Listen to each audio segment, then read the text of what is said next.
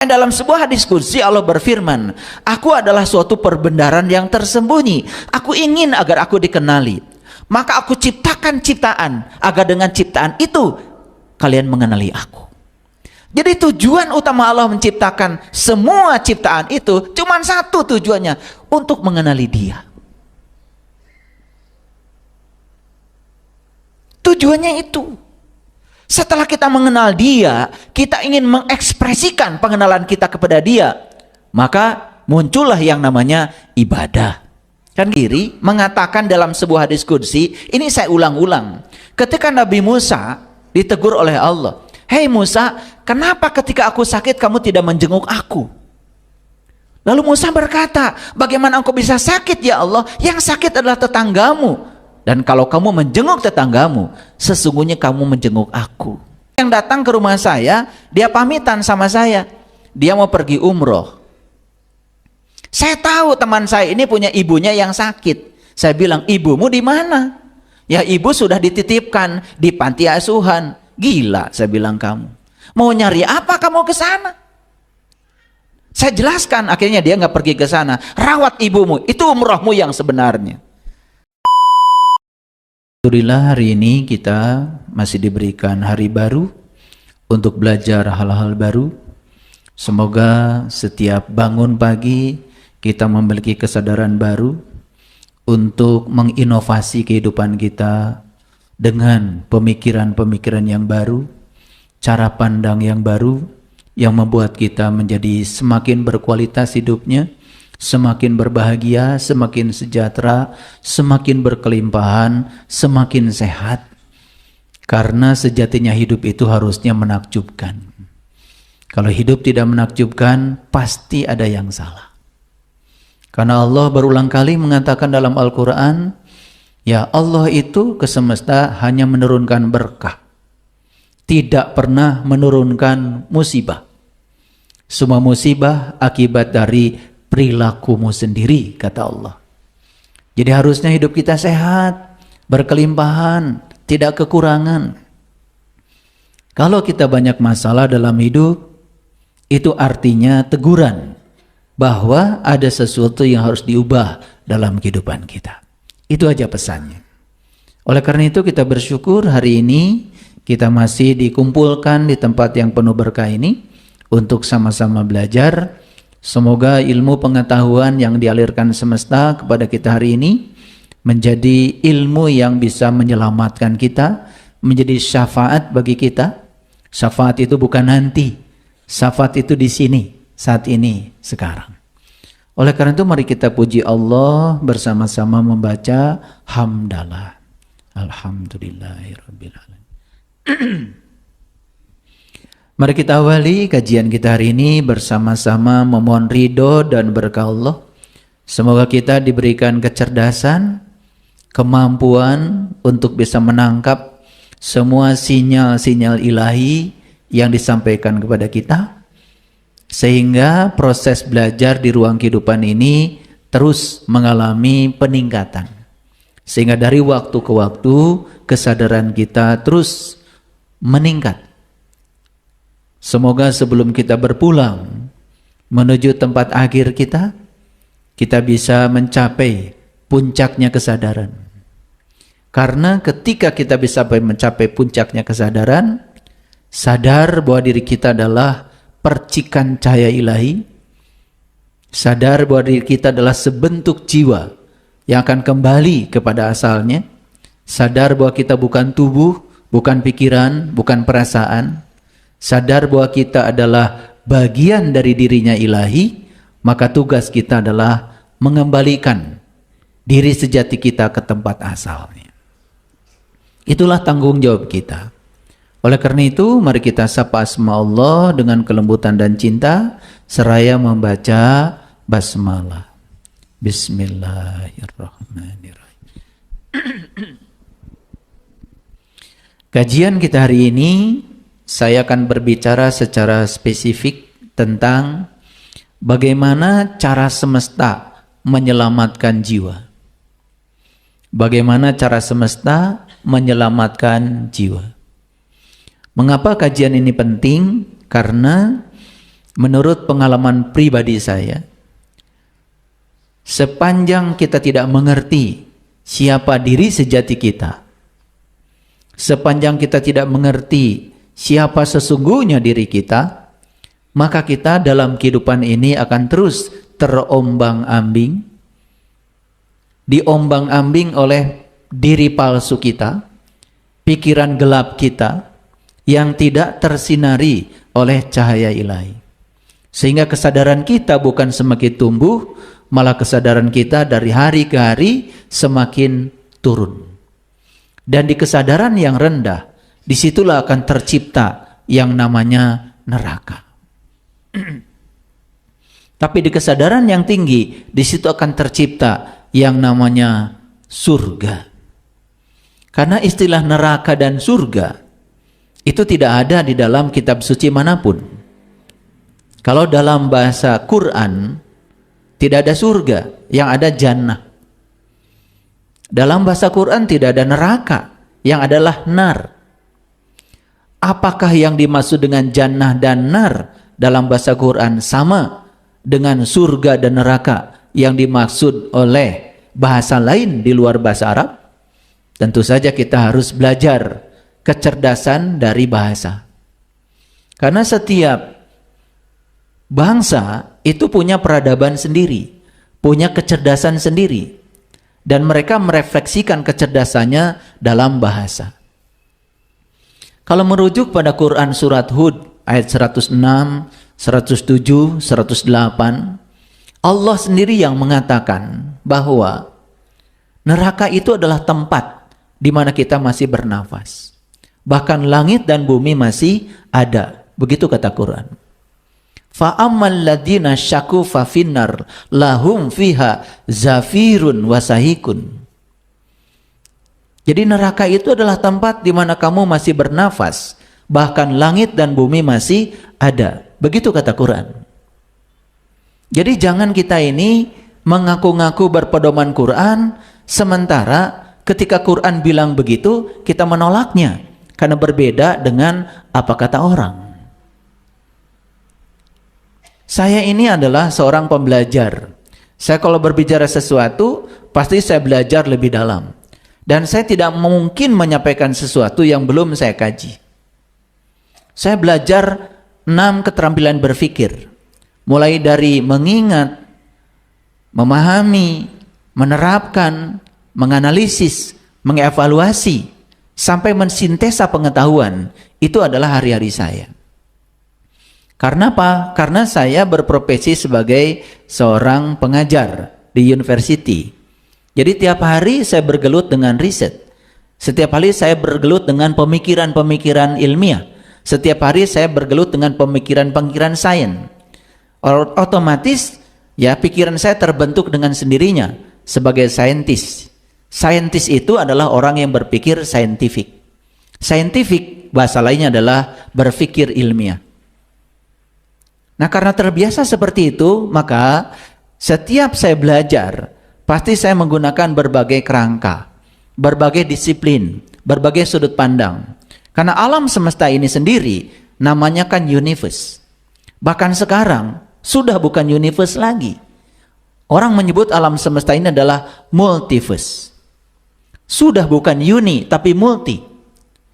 Universe bagi saya, uni itu artinya kumpulan. First itu adalah versi. Jadi universe itu sebetulnya kumpulan segala sudut pandang. Oleh karena itu, semua disiplin ilmu, apapun ilmunya, berbicara alam semesta yang sama.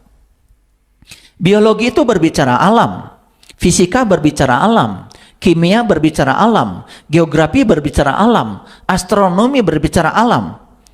Semua berbicara alam yang sama dengan sudut pandang yang berbeda. Itulah muncul berbagai disiplin keilmuan, sehingga muncul berbagai keahlian yang kemudian disertifikasi. Ada sarjana ini, ada sarjana itu. Yang dibicarakan semua adalah alam. Apa yang dibicarakan ilmu kedokteran? Tubuh. Tubuh juga bagian dari alam. Apa yang tidak dibicarakan? Ilmu yang bukan dari alam. Sosiologi, antropologi, semua berbicara alam dengan sudut pandangnya sendiri-sendiri. Sehingga begitu banyak disiplin keilmuan. Itulah pentingnya kita memahami berbagai disiplin keilmuan sehingga sudut pandang kita menjadi universe. Syukur-syukur kalau bisa multiverse. Sadar nggak bahwa sebetulnya bumi ini tempat kita tinggal hanya debu kecil yang terapung-apung di semesta raya.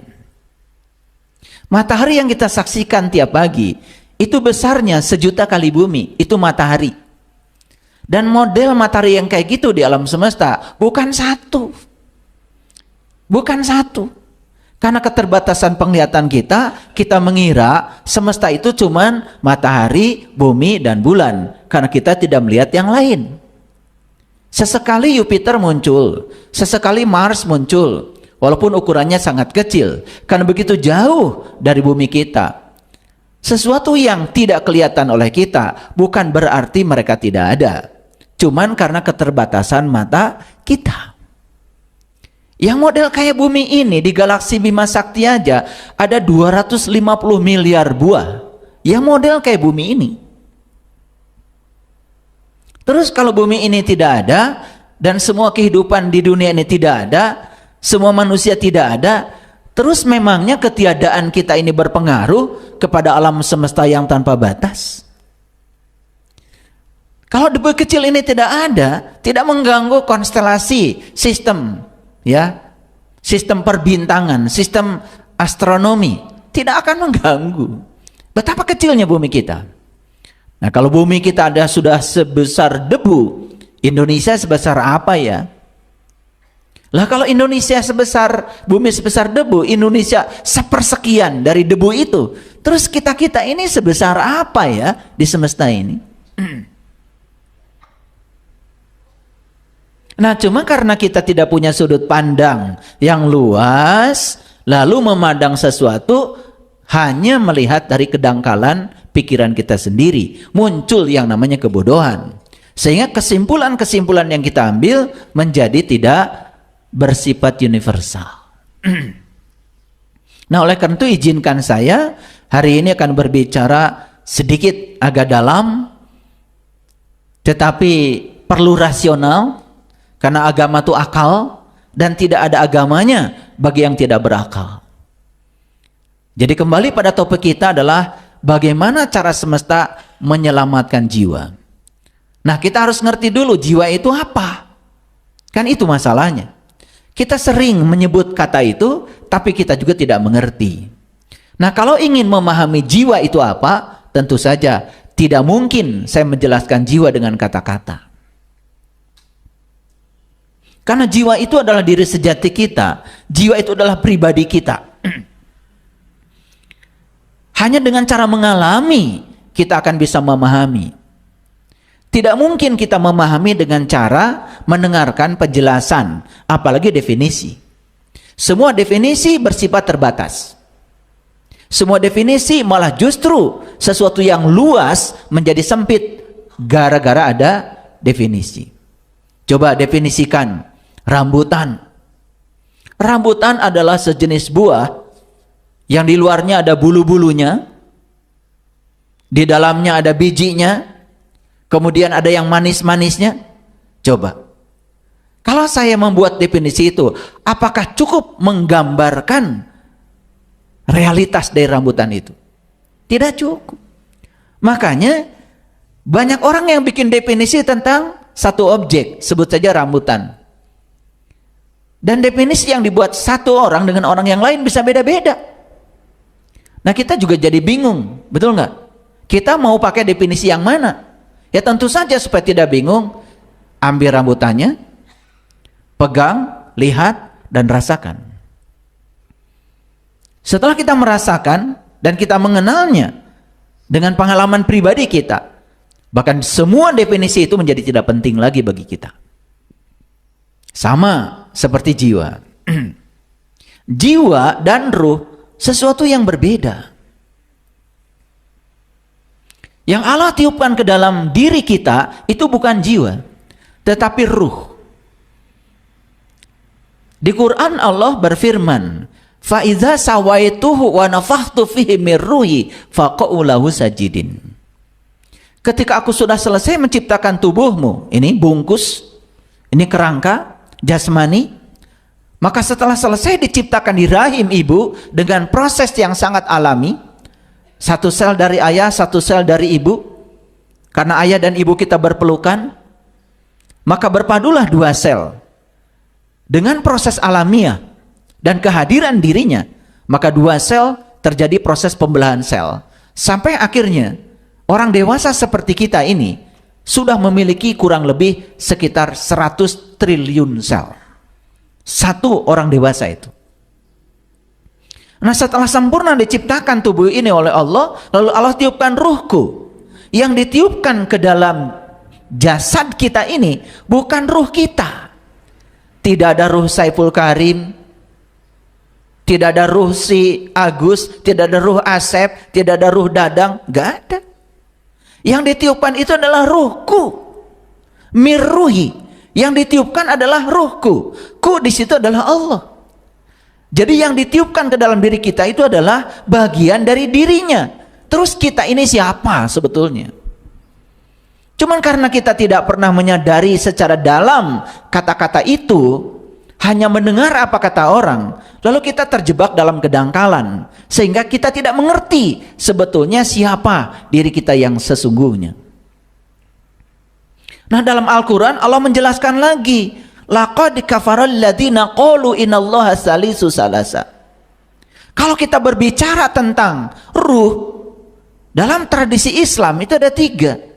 Ada yang namanya Nurullah, ada yang namanya Nur Muhammad, ada yang namanya Nur Insan. Semua itu adalah manifestasi dari dirinya sendiri. Bukan sesuatu yang berbeda. Sama seperti kalau saya tanya, apa yang saya pakai ini, pasti semua orang akan mengatakan ini baju. Saya punya pendapat yang berbeda. Saya bilang ini kapas. Kapas yang sudah disusun menjadi benang. Benang yang sudah disusun menjadi kain. Kain yang sudah dibentuk, bentuknya menjadi baju. Kalau sudah dibentuk macam-macam, bukankah namanya menjadi banyak? Padahal nama aslinya kan kapas. Kalau sudah dibentuk kan jadi banyak namanya. Yang ini menjadi jaskoko. Yang ini menjadi celana. Yang ini menjadi kerudung. Yang ini menjadi karpet. Kan jadi banyak, bukan? Nah, kita itu sering lupa pada asal usulnya. Karena kita melihat hasil akhirnya. Padahal kalau kita sepakat, kan semua yang kita pakai ini adalah kapas. Bahkan kapas pun sebetulnya asalnya tidak ada. Karena kapas itu materi. Sumber asal muasal materi adalah energi. Dan kalau saya mengatakan, apa ini yang saya pakai? Energi. Mungkin banyak yang bingung. Padahal asalnya adalah energi. Karena sebelum alam semesta ini tercipta yang bernama materi, yang pertama Allah ciptakan adalah energi. Dan semua pembentuk materi itu adalah energi. Sehingga di dalam ilmu fisika, energi itu ada dua. Energi sama dengan sebuah konstanta dikalikan frekuensi. Yang kedua, energi sama dengan massa dikalikan kecepatan cahaya dikuadratkan. Yang satu dalam dimensi energi, yang satu dalam dimensi materi. Sebetulnya Einstein sudah mengatakan bahwa materi dengan energi itu setara. Coba perhatikan. Bapak Ibu tadi pagi sarapan, yang dimasukkan kan materi, padahal yang dibutuhkan energi. Betul nggak? Yang dibutuhkan energi. Makanya setiap makanan mengandung susunan komposisi. Di situ ada berapa banyak karbohidratnya, berapa banyak proteinnya. Semua diukur dalam satuan fisika, namanya kalori. Kalori itu satuan energi. Satuan lain untuk energi namanya joule. Jadi kalori. Jadi yang kita masukkan ke dalam tubuh sebenarnya bukan materi. Karena yang dibutuhkan adalah energi. Makanya saya sering berpikir, sebetulnya saya kalau bisa memasukkan energi ke dalam tubuh saya tidak perlu makan. Daripada repot-repot kan makan. Tapi karena saya belum tahu cara memasukkan energi ke dalam tubuh kecuali lewat materi yang bernama makanan, maka pagi-pagi saya sarapan materi. Walaupun yang saya butuhkan adalah energi. Dengan energi saya menjadi berdaya. Dengan energi saya bisa melakukan aktivitas. Karena energi adalah kemampuan untuk melakukan usaha. Jadi kalau saya bilang ini energi, pasti bingung kan? Padahal asal muasalnya adalah energi. Energi itu sebetulnya adalah fase kedua. Fase pertamanya adalah ruang kosong. Kalau saya bilang ini ruang kosong, tambah bingung bukan? Tapi kalau kita belajarnya mendalam, bisa membuka diri, dan mau belajar pada orang-orang yang tahu, maka kita pun akan mudah untuk menerima pemikiran itu. Paham ya? Oke. Jadi sebetulnya yang ditiupkan Allah ke dalam diri kita adalah ruh. Ruh. Nah, saking ruh itu ingin dikenali, dalam Al-Quran Allah mengatakan, aku ubah ruh yang asalnya tidak dikenal itu menjadi nur. Saking ingin dikenal. Maka dalam sebuah hadis qudsi Allah berfirman, aku adalah suatu perbendaharaan yang tersembunyi. Aku ingin agar aku dikenali. Maka aku ciptakan ciptaan, agar dengan ciptaan itu kalian mengenali aku. Jadi tujuan utama Allah menciptakan semua ciptaan itu cuma satu tujuannya, untuk mengenali Dia. Tujuannya itu. Setelah kita mengenal Dia, kita ingin mengekspresikan pengenalan kita kepada Dia, maka muncullah yang namanya ibadah. Kan gitu. Nah, ibadah sendiri arti yang universalnya adalah melayani. Siapa yang perlu dilayani? Nah, ini banyak yang salah kaprah. Mohon maaf. Ibunya sakit di rumah. Tidak ada yang menunggui. Bahkan sangat berbahaya kalau ditinggalkan. Bisa jatuh. Malah yang nungguinya pergi ngaji. Dan dia menganggap ngaji lebih penting daripada menunggui ibu yang sakit. Padahal ngaji yang sebenarnya bagi orang itu adalah tunggui ibu yang sakit. Itu yang disebut dengan ibadah, melayani. Karena Allah sendiri ya Allah sendiri mengatakan dalam sebuah hadis qudsi, ini saya ulang-ulang. Ketika Nabi Musa ditegur oleh Allah, "Hei Musa, kenapa ketika aku sakit kamu tidak menjenguk aku?" Lalu Musa berkata, bagaimana engkau bisa sakit ya Allah? Yang sakit adalah tetanggamu. Dan kalau kamu menjenguk tetanggamu, sesungguhnya kamu menjenguk aku. Jadi cara melayani Allah yang benar, itu melayani orang-orang yang butuh pertolongannya. Karena semua yang ada di semesta ini kan manifestasi dari Dia sendiri. Jadi aneh. Ada seseorang, katanya sedang belajar kesadaran. Belajar meditasi di sini, di sini, di sini, di sini. Suaminya ditinggalkan. Anak-anaknya ditinggalkan. Saya bingung mau belajar apa? Mencari apa? Yang nyata di depan mata, anak perlu diantar sekolah, suami perlu dilayani, ditinggalkan semuanya. Alasannya sedang belajar meditasi. Karena dia berpikir meditasi itu menekung begitu. Bukan, itu latihan meditasi. Meditasi yang sebenarnya itu adalah melayani semua orang-orang yang perlu pelayanan kita. Ini yang disebut dengan orang-orang soleh. Dan selama ini kita mengartikan, itu sudah ngaji soleh, sampai meninggalkan anak istrinya. Ada orang yang datang ke rumah saya, dia pamitan sama saya, dia mau pergi umroh. Saya tahu teman saya ini punya ibunya yang sakit. Saya bilang, ibumu di mana? Ya, ibu sudah dititipkan di panti asuhan. Gila, saya bilang kamu. Mau nyari apa kamu ke sana?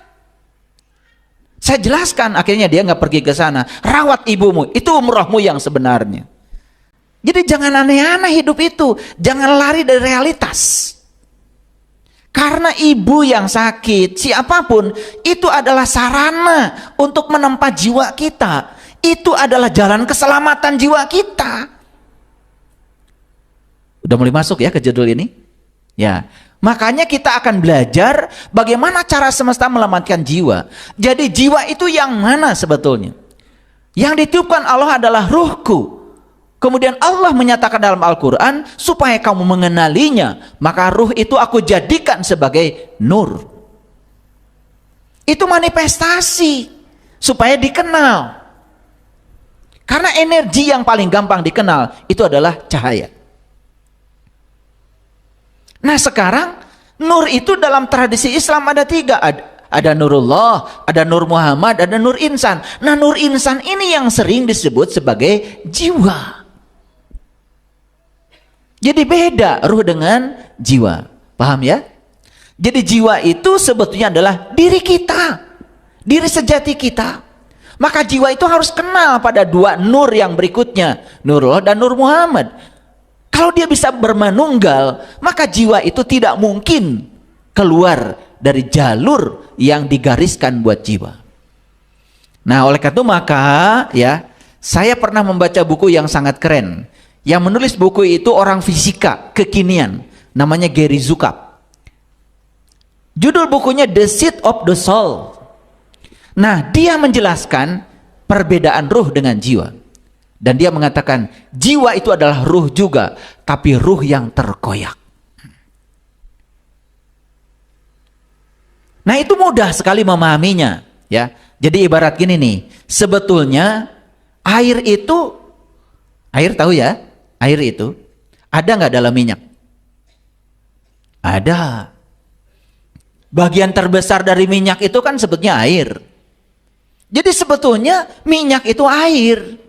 Cuman minyak itu adalah air yang terisi oleh zat lain. Karena ada zat lain dalam air itu, maka disebutnya bukan air lagi, namanya minyak. Padahal air juga, cuman air yang sudah tidak murni, ada unsur lain, ada unsur kimia lain yang nyelonong ke situ, maka disebut namanya minyak. Sekarang kita tahu bagaimana kalau minyak dicampur dengan air. Kan sendiri-sendiri. Walaupun dia bergabung, tetapi tidak bisa bersenyawa. Karena ada ketidakmurnian. Gampang ya? Jadi sebetulnya jiwa kita ini asalnya murni. Nah, kemudian masuk ketidakmurnian lain. Akibatnya apa? Akibatnya jiwa menjadi tidak selaras dengan asalnya. Nah, kalau jiwa ini pulang seperti minyak pulang ke air, walaupun dia bersama dengan air, dia tersendiri aja, tidak bisa bersenyawa dengan air. Sama, jiwa-jiwa yang tidak murni ketika pulang, dia walaupun pulang, dia tidak bisa bersenyawa dengan alam asalnya. Paham ya? Ini gampang dibuat ilustrasi supaya gampang. Kalau ngurusi minyak, ngurusi air, itu setiap hari kan? Betul? Ya, jadi kalau pakai minyak, air, gampang ilustrasinya. Saya menggunakan bahasa science for all. Science yang bisa dimengerti oleh semua orang di semua tingkatan. Walaupun yang tidak sekolah pun, pasti ngerti.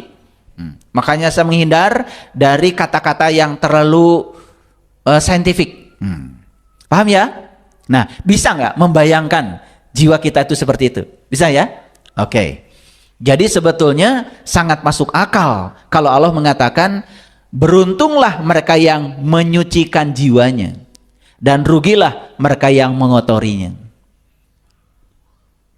Oke ya, sering dengar ayat itu kan? Oke. Jadi sebetulnya jiwa ini harus dimurnikan kembali supaya dia saat harus kembali ke tempat asalnya, dia bisa bersenyawa. Tidak pulang seperti minyak, tetapi tidak bisa bersenyawa, tidak bisa menunggal. Makanya kalau minyak ingin menyatu lagi dengan air, harus disuling. Semua unsur-unsur yang selain airnya buang. Sisanya ketika sudah jadi air murni, masukkan ke dalam air, dia bisa bersenyawa kembali. Itulah dalam bahasa Al-Quran, barangkali kita kenal dengan kalimat inna lillahi wa inna ilaihi rojiun. Jadi tidak semua orang mati itu pulang dan bersenyawa. Mungkin pulang tapi tidak bersenyawa. Maka dia menyisakan residu, ya. Dia harus diproses lagi. Nah, bagaimana cara memprosesnya? Itulah, makanya jiwa itu abadi.